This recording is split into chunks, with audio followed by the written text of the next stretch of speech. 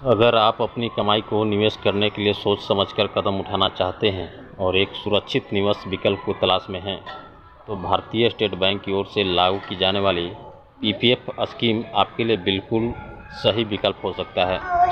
यह एक long term investment scheme है जिसे सरकार द्वारा संचालित किया जाता है। यह वीडियो काफ़ी बेहतरीन होने वाली है, तो इस वीडियो में लास्ट तक बने रहेंगे। आप चैनल को सब्सक्राइब जरूर कर लेंगे। तो चलिए वीडियो को आगे बढ़ाते हैं। पीपीएफ को पब्लिक प्रोविडेंट फंड के नाम से भी जाना जाता है। इस स्कीम में निवेशकों को सुरक्षित और सुनिश्चित रिटर्न के साथ साथ टैक्स बचत का लाभ भी प्रदान करती है। स्टेट बैंक की इस स्कीम का मुख्य उद्देश्य निवेशकों की एक सुरक्षित और स्थिर रिटर्न प्राप्त करना है। पीपीएफ खाता कोई भी भारतीय नागरिक ऑनलाइन या ऑफलाइन की मदद से खोल सकता है। इस पर वर्तमान में 7.1% ब्याज दर दी जा रही है। आइए आपको इससे जुड़ी कुछ खास बातों के बारे में जानकारी देते हैं। जैसे कि आपको बताया गया है कि यह एक लंबे समय की निवेश अवधि है। जो भारतीय बैंक की इस स्कीम में आप 15 साल के लिए खाता खुलवा सकते हैं।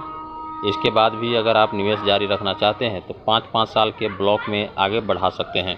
इन 15 सालों के बीच अगर आपको पैसे की ज़रूरत पड़ती है तो बैंक की ओर से इस खाते पर लोन की सुविधा दी जाती है। कम से कम इतने रुपए से शुरू करें निवेश। किसी भी योजना में कम से कम और अधिकतम निवेश की बात आती है। ठीक इसी प्रकार पब्लिक प्रोविडेंट फंड स्कीम में भी आप कम से कम 500 रुपये महीने से निवेश शुरू कर सकते हैं।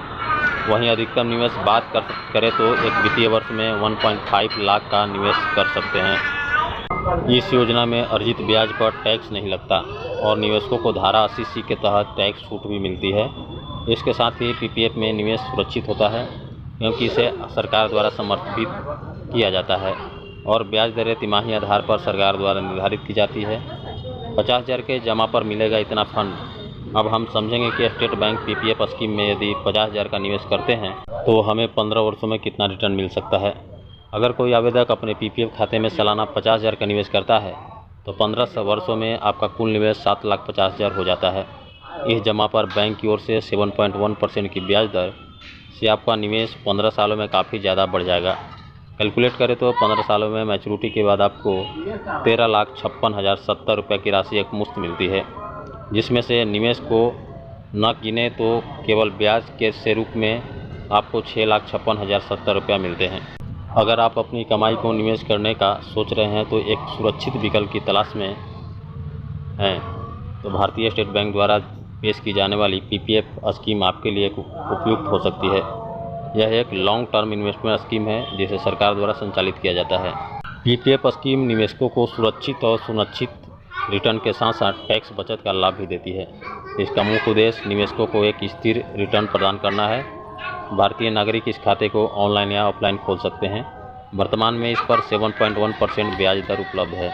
इस योजना में आप 15 वर्षों के लिए खाता खोल सकते हैं। यदि आप चाहें तो इस अवधि के बाद 5-5 साल के लिए और निवेश जारी रख सकते हैं। अगर इस बीच आपको पैसों की आवश्यकता होती है तो बैंक के द्वारा इस खाते पर लोन की सुविधा भी उपलब्ध है। निवेश की बात करें तो आप पीपीएफ में कम से कम 500 रुपये प्रति माह से निवेश शुरू कर सकते हैं और एक वित्तीय वर्ष में अधिकतम 1.5 लाख रुपये का निवेश कर सकते हैं।